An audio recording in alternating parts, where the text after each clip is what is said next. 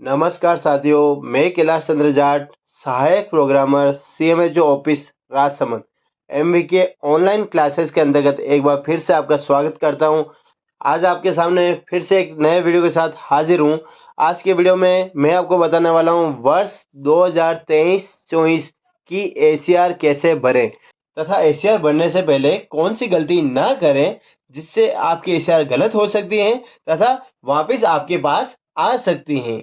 तो चलिए बिना टाइम गवाए शुरू करते हैं आज के वीडियो। तो सबसे पहले अपन लिखेंगे sso.rajasthan.gov.in।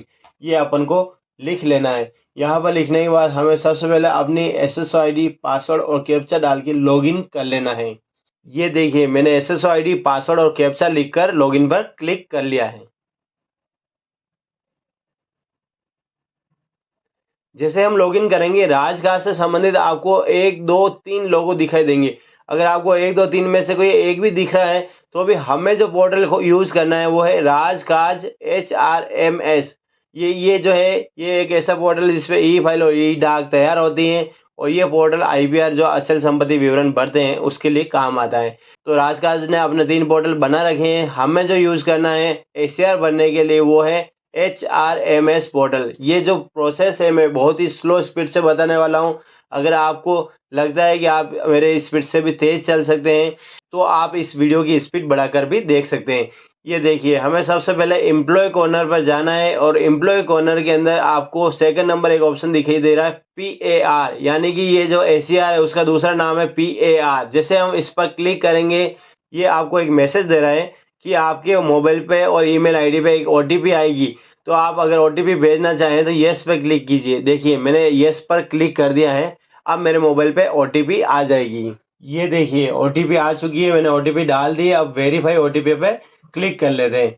जैसे हम वेरीफाई ओटीपी पे क्लिक करते हैं हमारे सामने ये ईयर दिखाई दे रहा है 2023-24। ठीक है, और हमें जो एसीआर भर रहे हैं आज हम आपको एसीआर भरना बता रहे हैं वो एसीआर 2023-24 भरना बता रहा हूँ। ठीक है, यहाँ पर कुछ नहीं दिख रहा है तो आपको क्या करना है, सबसे पहले क्रिएट हायरार्की पे क्लिक कर लेना है।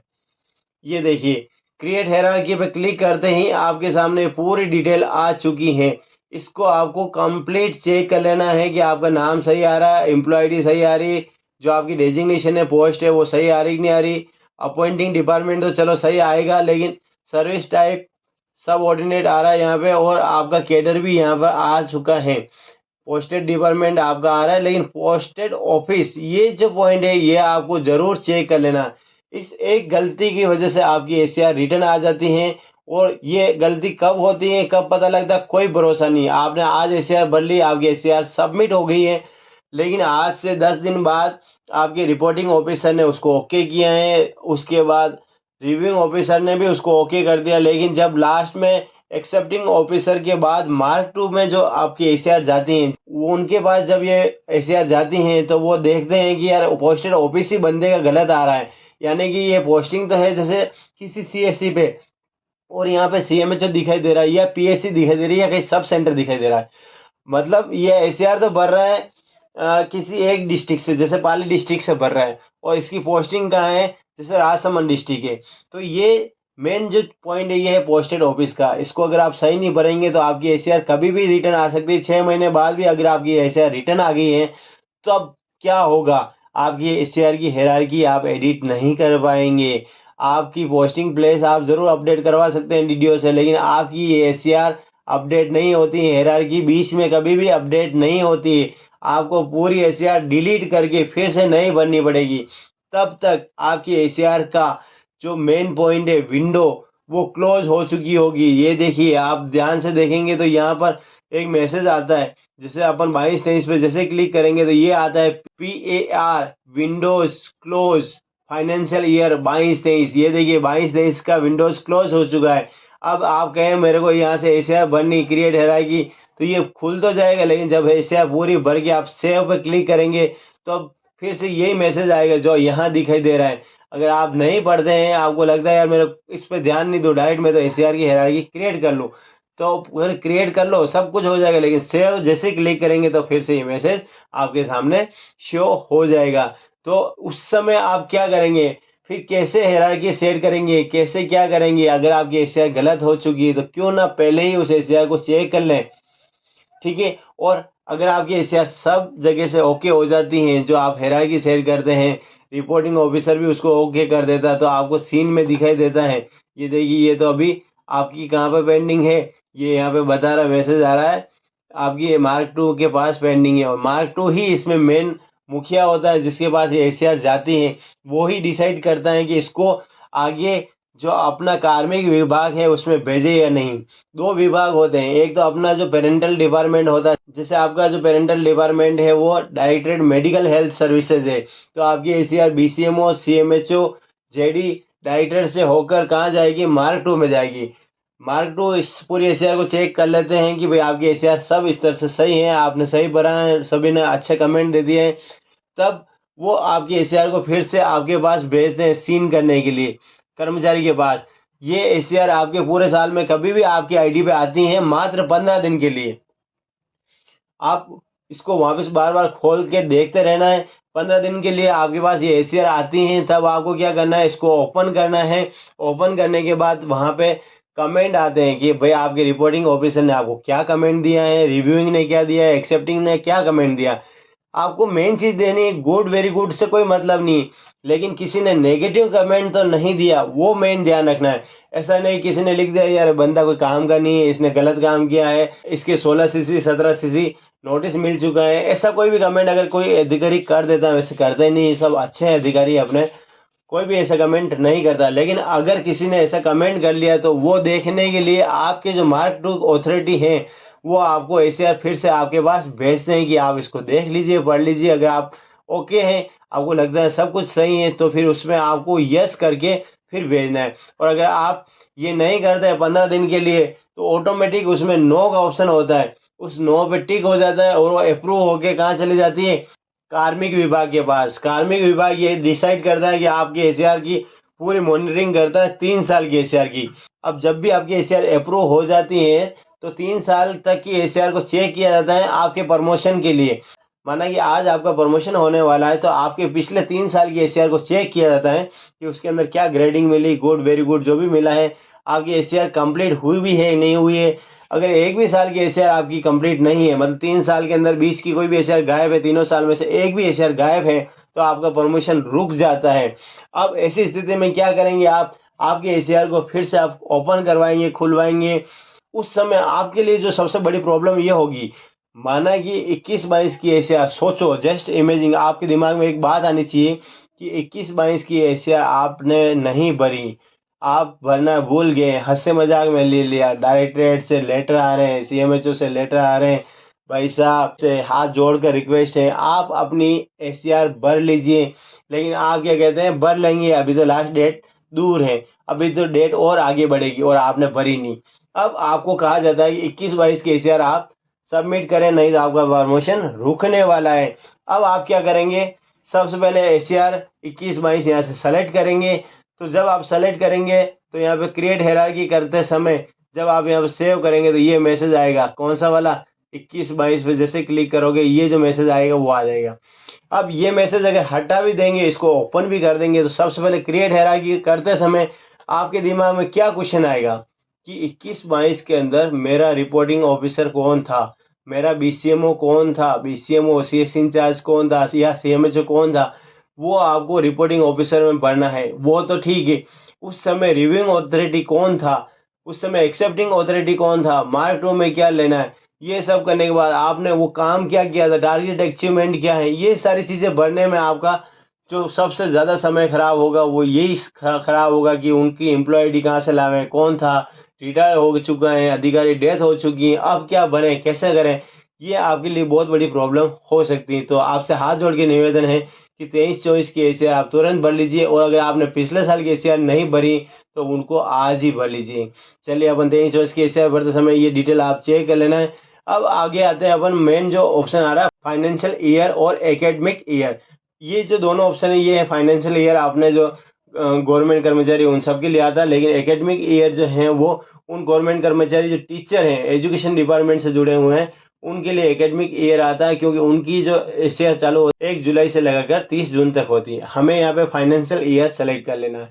अब अपना स्टार्ट डेट यहाँ पे जो ऑप्शन दे रखा है, ये क्यों दे रखा है कि माना कि मैं कोई कर्मचारी हूँ, नर्सिंग स्टाफ हूँ, एएनएम हूँ, या फिर मैं नर्स ग्रेड फर्स्ट हूँ, या मैं फार्मासिस्ट हूँ। अब मैं एक निश्चित अवधि यानी कि 90 दिन से ज़्यादा अगर मैं किसी जगह पे रहा हूँ और फिर मेरा ज़िला चेंज हो जाता है, मेरा ट्रांसफ़र हो जाता है, तो मैं 90 दिन की एसीआर अलग जगह से भरूँगा और बाकी की आगे की जो अवधि है वो अलग भरूँगा। तो माना कि 1 अप्रैल से लगाकर 31 अगस्त 2023, यानी कि ये पिछले साल में ही मैं किसी और ज़िले में रह के आया हूँ, तो यहाँ पर मैं 1 अगस्त 2023 सेलेक्ट कर लेता हूँ। तो ये हो रहे हैं 123 दिन। अब यहाँ पे 90 दिन से कम की अवधि अगर अपन लेते हैं, जैसे मैंने 1 जून ले लिया, तो यहाँ पर ये मना कर देगा, ये एक एरर मैसेज दे देगा और वो कहेगा कि भाई 90 दिन से कम, ठीक है, ग्रेटर देन 90 होना चाहिए, इक्वल होना चाहिए 90 दिन की, लेकिन 90 दिन से कम की एसीआर आप नहीं भर सकते हैं।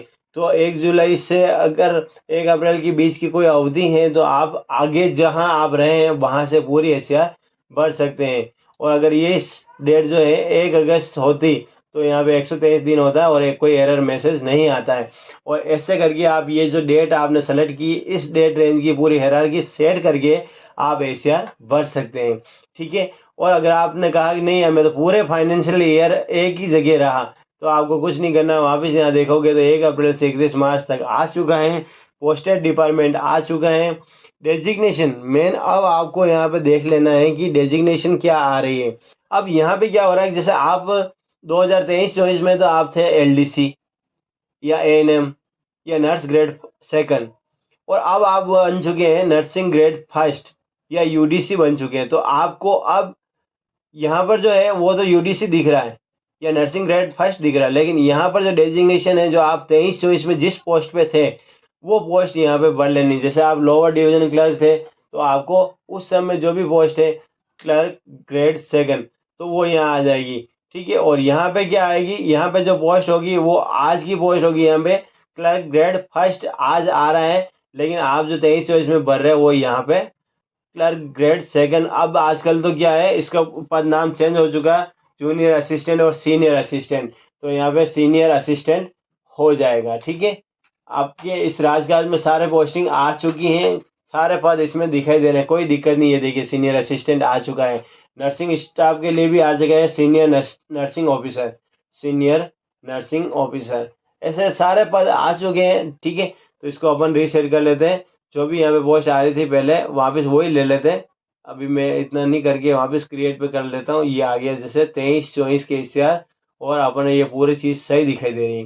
पोस्टेड ऑफिस, अब आप अगर 90 दिन के लिए किसी और जगह रहे, तो यहाँ पे ईयर सेलेक्ट करके वो जो जगह है वो पोस्टेड ऑफिस यहाँ पे ले लेना है, ठीक है। और अभी आप 23-24 में पूरे साल कहीं दूसरी जगह रह के आए हैं और अभी किसी और जगह, तो यहाँ पे जो पहले 23-24 में जहाँ पर रहे थे, जिस जगह की एशिया भर रहे हैं, वो जगह यहाँ पे आप जरूर सेलेक्ट कर लीजिए, क्योंकि आपकी एशिया जहाँ जाएगी ना आगे, वो इसी चीज़ को देखेंगे भाई आपका यहाँ पे पोस्टिंग प्लेस सही आ रहा है या नहीं आ रहा है, ठीक है, और पोस्ट सही आ रही कि नहीं आ रही है, ठीक है। आगे बढ़ते हैं अपन। अब मेन पॉइंट आ चुका आपका रिपोर्टिंग ऑफिसर क्या रहेगा, आपका डिविजनल कमिश्नर, डिस्ट्रिक्ट कलेक्टर, ये आप लोगों के लिए नहीं आएगा, इसको नो रहने देना। ये किसके लिए आएगा, सीएमएचओ साहब के लिए, आरसीएचओ साहब के लिए, डिप्टी साहब के लिए और पीएमओ साहब के लिए, उनके लिए यस रहेगा, बाकी सब के लिए नो रहेगा, ठीक है। अब नर्सिंग कर्मचारी हैं या एएनएम जीएनएम जो भी हैं, अभी मैं एक एएनएम की एशिया भर के बता रहा हूँ पूरा, आप उसको ध्यान से देख लीजिए। तो आपने को रिपोर्टिंग ऑफिसर लेना है सबसे पहले किसी एएनएम के लिए, जीएनएम के लिए, नर्स ग्रेड फर्स्ट के लिए, फार्मासिस्ट के लिए। तो जो लेटर आ चुका है 2018 का एक लेटर है, उसके अनुसार क्या होगा कि अगर आप किसी पीएससी पे हैं, तो आप अपने पीएससी इंचार्ज को रिपोर्टिंग ऑफिसर बना सकते हैं, सीएससी इंचार्ज को बना सकते हैं, और बीसीएमओ ऑफिस में है तो बीसीएमओ साहब को आप बना सकते हैं। लेकिन क्या होता है कि पीएससी पे बहुत कम स्टाफ होते हैं, सीएससी पे बहुत कम स्टाफ होते हैं, तो क्या है, उनको एक ही चीज़ रखनी चाहिए मेरे हिसाब से, मुझे जो जानकारी है उसके हिसाब से सबको बीसीएमओ साहब को यहाँ पे रिपोर्टिंग ऑफिसर रख लेना चाहिए, ताकि क्या है कि बीसीएमओ साहब इस एशिया को खोलते रहते हैं और सबकी एशिया फॉरवर्ड करते हैं, उनको पता होता है कैसे एशिया फॉरवर्ड की जाती है, क्या ग्रेडिंग दी जाती है, नेगेटिव मार्किंग कहाँ देनी चाहिए नहीं देनी चाहिए, वो उनको पता रहता है। तो नॉर्मली बीसीएमओ के अधीन जितने भी सीएससी पीएससी वाले हैं वो सब यहाँ पे बीसीएमओ को रख सकते हैं। अगर आपकी बीसीएमओ से नहीं बनती है, कोई लड़ाई झगड़ा हो रखा है, तो आप अपने पीएससी इंचार्ज को भी रख सकते हैं और सीएससी इंचार्ज को भी रख सकते हैं। और नहीं कि आपको मेरे लड़ाई झगड़ा नहीं है लेकिन मैं तो रखूँ, मेरे ऑफिसर को, तो आप यहाँ पे रख सकते हैं। अब कोई स्टाफ अगर सीएमएचओ ऑफिस में कार्यरत है तो उसको पहले ही यहाँ पे सीएमएचओ ऑफिस के अधिकारी है सीएमएचओ साहब, उनको रख लेना है। पीएमओ ऑफिस में है तो वो उनको पीएमओ साहब को रख लेना है। तो मैं अभी यहाँ पे जैसे बीसीएमओ ऑफिस की हैसियत भर रहा हूँ, तो बीसीएमओ साहब को यहाँ पे एम्प्लॉय आईडी डाल के और सर्च कर लेता हूँ। अगर आपके पास बीसीएमओ साहब की एम्प्लॉय आईडी नहीं है तो आप उनसे मांग सकते हैं। अगर आप चाहें कि मैं नहीं मांगूँ, मैं डायरेक्ट ढूंढूँ, तो नाम से भी ढूंढ सकते हैं, पोस्ट से भी ढूंढ सकते हैं, और यहाँ पे अगर एडवांस सर्च करेंगे तो एसएसओ आईडी मोबाइल नंबर से भी उनकी आईडी को ढूंढ सकते हैं। अभी मैंने जैसे एम्प्लॉय आईडी डाल दी है, सर्च पे क्लिक कर दिया, ये बीसीएमओ साहब का नाम आ चुका है। यहाँ पे सर्च पे क्लिक करके, यहाँ पे सेलेक्ट पे क्लिक करके प्रोसेस पे क्लिक कर देते हैं। ये बीसीएमओ साहब आ चुके हैं, यहाँ पे बीसीएमओ ऑफिस आ रहा है। ये सारी चीज़ देख लीजिए, अभी पोस्टिंग ऑफिस भी सही आ रहा है। फिर रिव्यूइंग ऑफिसर, जो अगर बीसीएमओ ऑफिस में है, पीएससी सीएससी पे कहीं पे भी कार्य कर रहे हैं, उन सब का रिव्यूइंग ऑफिसर क्या आएगा, सीएमएचओ ऑफिस में सीएमएचओ साहब आएंगे। तो यहाँ पे मैं सीएमएचओ साहब की एम्प्लॉय आईडी ऑल पे जाकर और यहाँ पे एम्प्लॉय आईडी डाल देता हूँ। जैसे मुझे अभी एम्प्लॉय आईडी याद नहीं है, एसएसओ आईडी याद है, तो मैं यहाँ पे एसएसओ आईडी डाल देता हूँ। ये मैंने एसएसओ आईडी डाल दी है और सर्च पे क्लिक कर दिया है। सर्च पे क्लिक करते ही क्या हुआ, ये यहाँ पे एसएसओ आईडी, एम्प्लॉय आईडी, सारी चीज़ें आ चुकी हैं। ये मैंने सेलेक्ट कर लिया है, प्रोसेस पे क्लिक कर लिया है। ये दो चीज़ आपको समझ में आ चुकी है। अब यहाँ पे अगर आप देखेंगे तो यह जॉइंट डायरेक्टर लिखा हुआ आ रहा है, जबकि हमने सेलेक्ट किया सीएमएचओ साहब को। अभी वो जॉइंट डायरेक्टर बन चुके हैं, जेडी बन चुके हैं। तो मैं यहाँ पे पहले जो पोस्ट थी जो 23-24 में, वो यहाँ पे मैंने यहाँ पे सीएमएचओ साहब की पोस्ट सेलेक्ट कर ली, ओके कर दिया। वो किस ऑफिस में, ये देखिए अभी जॉइंट डायरेक्टर ऑफिस में है, लेकिन उस समय सीएमएचओ ऑफिस में थे। तो यहाँ पे सर्च पे क्लिक करके और सीएमएचओ ऑफिस सेलेक्ट कर लेता हूँ। ये देखिए सीएमएचओ ऑफिस सेलेक्ट कर लिया। अब यहाँ पे क्या होता है, कई बार ये होता है कि आपके बीसीएमओ साहब या सीएमएचओ साहब रिटायर्ड हो चुके हैं, डेथ हो चुकी है, ट्रांसफ़र हो चुके हैं, तो आपके पास यहाँ पे ऑप्शन आता है। ये देखिए रेगुलर रिटायरमेंट है या कंपलसरी रिटायरमेंट है। जो भी रिटायरमेंट उनका हुआ, जैसे रेगुलर हो गया, ओके कर दोगे तो ये एसीआर क्या होगी, उन सीएमएचओ साहब के पास जाएगी ज़रूर जो आपके उस समय थे, ठीक है, 23-24 में। लेकिन अगर वो रिटायरमेंट हो चुके हैं तो आपकी एसीआर वहाँ पे ज़्यादा दिन तक रुकेगी नहीं, वो ऑटो फॉरवर्ड होकर चली जाएगी। और अगर कोई भी अधिकारी आपके एसीआर को 30 दिन में नहीं देखता तो भी ऑटो फॉरवर्ड होके चली जाती है। इसमें आपको कोई टेंशन लेने की ज़रूरत नहीं है, ठीक है। यहाँ पे फिर से मैं उनकी पोस्ट सेलेक्ट कर लेता हूँ। चीफ मेडिकल हेल्थ ऑफिसर जो 23-24 में ये थे, वो सेलेक्ट कर लिए। अब आता है नॉन गजेटेड स्टाफ की एक्सेप्टिंग ऑथोरिटी क्या होगी। इसके लिए लेटर का अपन काफ़ी दिनों से वेट कर रहे हैं, लेटर नहीं आया है, लेकिन एम्प्लॉय आईडी आ चुकी हैं। हम यहाँ पे एम्प्लॉय आईडी भर लेते हैं। तो इनकी एम्प्लॉय आईडी है, ये एम्प्लॉय आईडी मैंने डाल दी है, सर्च कर लिया है, और ये सर का नाम आ चुका है, सुरेश कुमार नवल। 2023-24 की एसीआर बढ़ते समय हमें नॉन गजेटेड स्टाफ की एसीआर में एक्सेप्टिंग ऑथोरिटी किनको रखना है, सुरेश कुमार नवल।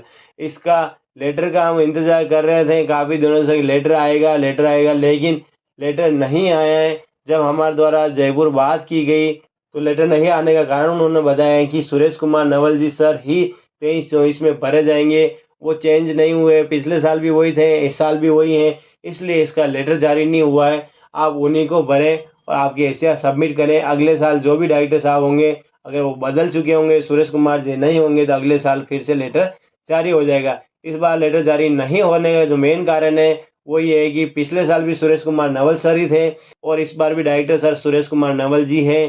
तो हमें उनको यहाँ पे एम्प्लॉय आईडी डाल लेनी है। इनकी एम्प्लॉय आईडी मेरे वीडियो के डिस्क्रिप्शन में आपको मिल जाएगी। चलिए यहाँ पे डेजिग्नेशन में हम डायरेक्टर सेलेक्ट कर लेंगे।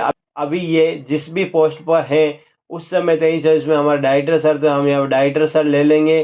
डिपार्टमेंट अपन यहाँ पे ले लेंगे मेडिकल एंड हेल्थ सर्विसेज, और यहाँ पे जो भी उनका ऑफिस है वो यहाँ पे सेलेक्ट कर लेंगे, ठीक है। ये मैंने इनका डिपार्टमेंट सेलेक्ट कर लिया, ओके कर दिया है। अब जो बात आती है वो सभी अलग अलग कर्मचारियों की मार्क 2 में क्या लेना है, वो यहाँ पे मेन पॉइंट आ चुका है। तो देखिए आपको दिखाई दे रहा है मुरली कुमार जी और ये गजेटेड, ये दोनों जो है ये डॉक्टर्स के लिए हैं, उनको ये गजेटेड वाला लेना है या मुरली कुमार जी लेना है, इन दोनों में सेम चीज़ें। अब मिनिस्ट्रियल स्टाफ या पैरामेडिकल कैडर वाले हैं वो इस ऑप्शन को सेलेक्ट करेंगे। उनके अंदर जो है ये जो सर है ओम प्रकाश जी उचैनिया, इनका नाम दिखाई दे रहा है। और नर्सिंग कैडर के अंदर आप देखेंगे तो रविंदर सिंह जी हाड़ा सर दिखाई दे रहे हैं। अभी अपन एएनएम की एसीआर भर रहे हैं तो अपन नर्सिंग स्टाफ ले लेंगे। ये जो एएनएम का जो इसमें बना रखा है, ये गलत बना रखा है। इस पर आप देखेंगे तो ये सरिता जी कोई एक एएनएम क्या है और ये नागौर में रहने वाला है, इनका नाम यहाँ पे आ रहा है। ये आपको सेलेक्ट नहीं करना है। कभी भी एएनएम की एसीआर भरते समय आप गलती से ये एएनएम वाला सेलेक्ट नहीं कर लें। अगर आपने सेलेक्ट कर लिया, पहले भी कोई एसीआर भरी उसमें आपने एएनएम सेलेक्ट कर लिया, तो ये गलत है। आप इसको तुरंत प्रभाव से सही कर लीजिए। आपको यहाँ पे नर्सिंग कैडर ले लेना है, ठीक है। ये मैंने आपको पूरा बता दिया है। नर्सिंग कैडर में दोनों का नाम आ रहा है, रविंदर सिंह जी हाड़ा साहब आ रहे हैं और पैरामेडिकल में आपके ओम प्रकाश जी सर आ रहे हैं। तो अभी मैंने नर्सिंग स्टाफ सेलेक्ट कर लिया और सेलेक्ट पे क्लिक कर दिया। तो ये इस तरह से मैंने पूरी एसीआर की हायरार्की भर ली। अब सेव एंड इनिशिएट पे क्लिक करेंगे तो पार्ट 1 आ जाएगा। अब पार्ट 1 भरने में आपको कोई दिक्कत नहीं, हायरार्की में ही दिक्कत थी, मैंने आपको बता दी। और अगर कोई पहली बार मेरे चैनल पे आया है, मेडिकल डिपार्टमेंट का अगर है, तो वो वीडियो पे लाइक तो करेगा ही नहीं, मुझे विश्वास भी नहीं वो लाइक करेगा, क्योंकि केवल एजुकेशन डिपार्टमेंट वाले ही वीडियो को प्रमोट करते हैं। कोई भी वीडियो होता है उसको तुरंत लाइक करते हैं, उस पर कमेंट लिखते हैं। अगर गलत है वीडियो तो बैड लिखेंगे, और वीडियो अगर अच्छा है तो गुड या वेरी गुड या नाइस लिखेंगे। जो भी वो कमेंट जरूर करते हैं एजुकेशन डिपार्टमेंट वालों, इसके लिए उनको बहुत बहुत धन्यवाद। मेडिकल डिपार्टमेंट का कोई भी कर्मचारी, पर एएनएम हो, नर्सिंग स्टाफ हो, कुछ भी हो, डॉक्टर्स हो, वो कभी भी वीडियो को प्रमोट नहीं करेंगे, उस वीडियो को लाइक नहीं करेंगे, चाहे वो बनाने वाले ने कितनी उसमें मेहनत की हो, कभी उसको लाइक नहीं करेंगे, ना उस पर कोई कमेंट करेंगे कि ये वीडियो अच्छा बना है गुड, खराब बना तो बैड, कभी नहीं लिखेंगे। तो मुझे उससे कोई उम्मीद भी नहीं है। मैं आगे बढ़ता हूँ पार्ट 1 की तरफ से। ये देखिए यहाँ पे एब्सेंट रीजन लिखा हुआ है कि आप किस कारण से लीव पर रहे। ये लीव का आपका पीरियड दे रखा है, और अगर आपने ट्रेनिंग ली है तो ये भी आप यहाँ पे डाल सकते हैं। ये दोनों ऑप्शन उनको सेलेक्ट करना है जो इस अवधि में, मतलब इस जो पिछले 23-24 का जो ईयर है उसके अंदर वो विदाउट पे रहे हों। विदाउट पे का मतलब आप समझे होंगे कि उनको उस महीने की सैलरी नहीं मिली हो, चाहे वो पीएल लेवें, सीएल लेवें, मेडिकल लेवें, उनको सैलरी मिलती है। ट्रेनिंग लेने के लिए जाते हैं तो गवर्नमेंट के खर्चे पे जाते हैं, उनको ट्रेनिंग का पैसा मिलता है। लेकिन अगर ऐसी कोई अवधि जिसमें उनको पेमेंट नहीं मिला, उन्होंने लीव ले लिए, 6 महीने साल भर की लीव ले ली, ऐसी ट्रेनिंग करने चले गए जिसमें उनको पेमेंट नहीं मिला है, तो वो अवधि आपको यहाँ पे डालनी है। बाकी ऐसा नहीं है कि आप यहाँ पे ट्रेनिंग का सेलेक्ट कर लोगे तो आपकी एसीआर में आपको प्रमोशन हो जाएगा और आपको जल्दी से जल्दी आगे प्रमोट कर दिया जाएगा। ऐसा कोई ऑप्शन इसमें नहीं है, ठीक है। तो अपन एब्सेंट रीजन कुछ नहीं लिखेंगे और कुछ नहीं डालेंगे। आगे आता है की एरिया, ये है टारगेट अचीवमेंट, ठीक है। अगर आप कोई एएनएम है या फिर आप देखेंगे कोई डॉक्टर साहब हैं, तो उनको क्या टारगेट मिलते हैं, फिजिकल टारगेट, फाइनेंशियल टारगेट और इंस्पेक्शन होते हैं, वो आपको यहाँ पे मिलते हैं। जैसे फिजिकल टारगेट में आपको क्या मिला, डिलीवरी का टारगेट मिला है, टीकाकरण का मिला था, इम्यूनाइजेशन, तो इम्यूनाइजेशन लिख देंगे, ठीक है। आपको टारगेट कितना मिला, जैसे 150 का, और आपने उसको चेस कितना किया, 149 आपने चेस कर लिया। कोई कारण रहा नहीं चेस करने का तो इसमें कुछ नहीं लिखना है, और फिर एड रो कर लेना है। फिर फाइनेंशियल टारगेट कुछ मिला है, इंस्पेक्शन का कुछ डॉक्टर को मिला तो वो लिख के, क्या टारगेट मिला ये लिख के, और आप इस तरह से पढ़ सकते हैं। ये नॉर्मली एएनएम और डॉक्टर्स को पढ़ना होता है, ठीक है। अभी मैं इसको हटा देता हूँ, ये कुछ नहीं पढ़ते हैं। आगे बढ़ते हैं अपन। यहाँ पे देखिए night stay other than headquarter. अगर आप कर्मचारी हैं और अगर आप 15 किलोमीटर से दूर किसी दूसरी जगह पे रह रहे हैं, तो आपको यहाँ पे नाइट स्टे में यस भर लेना है, अदर देन हेडक्वार्टर। आप हेडक्वार्टर को छोड़कर कहीं दूसरी जगह पे रह रहे हैं, 15 किलोमीटर दूर पे अगर आप रह रहे हैं, तो उसका कारण आप जरूर लिखें कि भाई मेरे क्वार्टर नहीं होने की वजह से रह रहा हूँ, या मुझे घर पे मेरी घर वालों की बहुत याद आती है, मैं उनके बिना रह नहीं सकता हूँ, या मैं अकेला रहने से डरता हूँ। जो भी आपका कारण है वो यहाँ पे लिखें। अगर आपका वाजिब कारण नहीं हुआ तो आपका जो एचआर है वो यहाँ से काट लिया जाएगा, आपको नोटिस भी मिल सकता है कि आप हेडक्वार्टर को छोड़कर क्यों रह रहे हैं। तो मैं नॉर्मली ये चाहता हूँ कि आप यहाँ पे नो ही लिखें, ठीक है। यहाँ पे देखिए have you undertaken annual health checkup, ये किसके लिए है। यहाँ पे आप देखेंगे कोई भी कर्मचारी, एएनएम है, जीएनएम है, नर्सिंग कर्मचारी, पैरामेडिकल, फार्मासिस्ट जो भी हैं, वो अगर 50 साल से बड़े हो गए, मतलब अब उनका रिटायरमेंट का समय नज़दीक आ चुका है, तो उनको क्या करना, वो वैसे एसीआर भरते ही नहीं, क्या करना है, मेरा कोई परमिशन तो होने वाला नहीं है, अब मैं एसीआर क्यों करूँ। लेकिन कुछ कर्मचारी ऐसे हैं जो बहुत ही ईमानदार हैं, वो रिटायरमेंट के करीब है, फिर भी वो क्या चाहते हैं कि मैं एसीआर भरूँ। तो 50 साल से ऊपर जो भी है, डॉक्टर्स वगैरह जो भी कर्मचारी हैं, उनको क्या करना है, एक सर्टिफिकेट लगाना है। कौन सा? Medical certificate. डॉक्टर के पास जाके उनको सर्टिफिकेट बनाना है कि वो एकदम फिट है। अब आप लोग मेडिकल डिपार्टमेंट में काम कर रहे हैं तो आप तो फिट होंगे ही, नहीं होंगे तो डॉक्टर साहब आपको वैसे फिट घोषित करेंगे और आपको एक बढ़िया सर्टिफिकेट बना के दे देंगे। तो आपको क्या करना, 50 साल से ऊपर का एक सर्टिफिकेट, मेडिकल सर्टिफिकेट है, अगर आपके पास नहीं है तो मुझे व्हाट्सएप पे मेडिकल सर्टिफिकेट लिख दीजिए। मैं आपको मेडिकल सर्टिफिकेट का खाली फॉर्मेट भेज दूंगा और उसको आप डॉक्टर से भरवा के इस पे अपलोड कर देना, यहाँ पे यस लिख के, ठीक है। ये डेट लिख देना जिस तारीख को आप करें। और ये क्या है, 3 साल में एक बार बनाना पड़ता है, मतलब आज बना के आप रख लो सेव करके तो आपको 3 साल तक वो वैलिड रहता है, ठीक है। और अगर आप 50 साल से वो ज़्यादा उम्र के नहीं है, अभी आप यंग हैं, तो आपको ये नो कर लेना, ठीक है। फिट फॉर वर्क कर देना। अब यहाँ पे आपको आपका कार्य लिखना है कि आपने 23-24 में क्या कार्य किया। तो आपने 23-24 में क्या क्या कार्य किया वो सोचना नहीं है, आपको क्या लिखना है, आपका वर्क चार्ट क्या, आपको क्या क्या वर्क चार्ट दे रखा है। हर एक कर्मचारी का अपना वर्क चार्ट होता है, एएनएम जीएनएम सबका अपना वर्क चार्ट होता है कि मेरा ये काम है, तो आपको वो लिखना है। और उसके अलावा लास्ट में लिख देना all other work given by higher authority, ठीक है। जो भी आपके बड़े अधिकारियों ने आपको कोई भी कार्य दिया है आपके वर्क ऑर्डर के अलावा, वो भी आपने बड़ी ईमानदारी के साथ किया है। तो अगर आपने ये सारी चीज़ें भर ली है तो इसको सबमिट करने से पहले यहाँ पे एक सेव बटन आता है, आप इसको सेव कर लीजिए। फिर प्रीव्यू पे करके आप इसका प्रिंट ले लीजिए, पीडीएफ बना के आपके मोबाइल में ले लीजिए, मेल पे डाल दीजिए, आपकी फाइल में लगा दीजिए। इसको इतना सिक्योर रखिए कि आपको जब भी ज़रूरत पड़े ये मिल जाए। ऐसा ना रखें कि जब ज़रूरत पड़े तब आप मिले ही नहीं, चाहे ढूंढते रह जाए, मिले ही नहीं, है ना। वैसे तो राजकाज पे ये पड़ा रहता है, लेकिन कई कर्मचारियों के द्वारा मुझे मैसेज किया जाता है, मुझे फ़ोन किया जाता है कि सर मैंने पिछले साल की एसीआर भरी तो थी, सबमिट तो की थी, लेकिन एसीआर कहीं गायब हो गई, राजकाज पे है ही नहीं, दिख भी नहीं रही। तो आपको मेन चीज़ क्या ध्यान रखनी है, यहाँ पे राजकाज में ये जो नंबर दिखाई दे रहे हैं 2024 507 29 49, ये आपकी जो फाइल नंबर बन चुकी है, आपकी एसीआर आपने भरी, इसका फोटो खींच लीजिए। इसका जब आप फोटो खींचेंगे ना तो क्या होगा, ये एक रिकॉर्ड हो जाएगा राजकाज वालों के पास, आपके पास प्रूफ हो जाएगा आपने एसीआर भर ली। अब ऐसी स्थिति में अगर आपको लगता है कि मेरी एसीआर कभी डिलीट हो चुकी है, मैंने भर तो रखी थी, तो आपको ये प्रूफ देना है। support.e ऑफिस में मेल करना है, उनको बताना है कि मेरी एसीआर भरी थी, ये नंबर है, लेकिन मेरी राजकाज से गायब कैसे हो गई, इसको वापस लाएं। तो वो उस डाटा में से, उस जो राजकाज के अंदर जो भी आपके सबमिट डाटा है, वो उसको निकाल के ढूंढ के आपके वापस ला देंगे। और अगर आप यूं ही झूठ बोल रहे हैं कि मेरी एसीआर गायब हो गई, आपके पास कुछ प्रूफ नहीं है, तो आपको क्या झूठा ही माना जाएगा, ठीक है। तो फिर आपके एसीआर आने की कोई संभावना नहीं, भूल जाओ। आपको क्या करना, नहीं भरने, और नहीं भरने में ये 23 की भर लोगे, लेकिन क्या होगा, पुराने साल की नहीं भरी जाएगी। कई कर्मचारी ऐसे भी हैं जो नए राजकाज पे ज्वाइन करते हैं, उनकी मैपिंग नहीं होती है। अगर आपके भी कोई साथी बंधु ऐसे हैं, आपके कोई कर्मचारी ऐसे हैं जिनकी राजकाज पे मैपिंग नहीं हुई है, उनको राजकाज खुलते ही ब्लैंक स्क्रीन दिखाई दे रही है, तो आप उनकी डिटेल support.e ऑफिस में मेल कर दीजिए। किसी किसी कर्मचारी की डेट ऑफ ज्वाइनिंग गलत आ रही है, कोई भी डाटा गड़बड़ आ रहा है, तो आप उनकी मेल कर दीजिए। अगर आपको लगता है मेल से उनका काम नहीं हो पा रहा तो मुझे व्हाट्सएप भी कर सकते हैं, आपका कार्य मैं जल्दी से जल्दी करने की कोशिश करूंगा।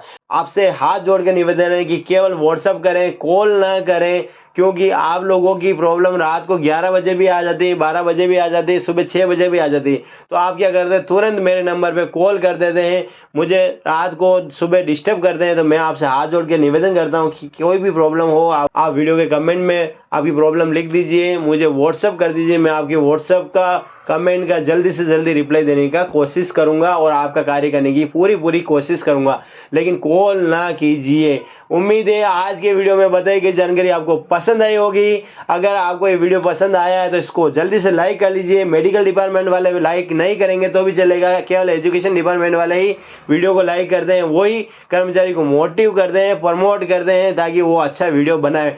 कोई बात नहीं, फिर भी आपकी अगर कोई प्रॉब्लम है वो आप जरूर कमेंट में लिखें। उस प्रॉब्लम से संबंधित, उस प्रॉब्लम के सॉल्यूशन से संबंधित वीडियो लेकर मैं फिर से आपके सामने हाजिर हो जाऊंगा। मिलते हैं एक नए वीडियो के साथ, एक नई जानकारी के साथ। तब तक के लिए जय हिंद, जय भारत।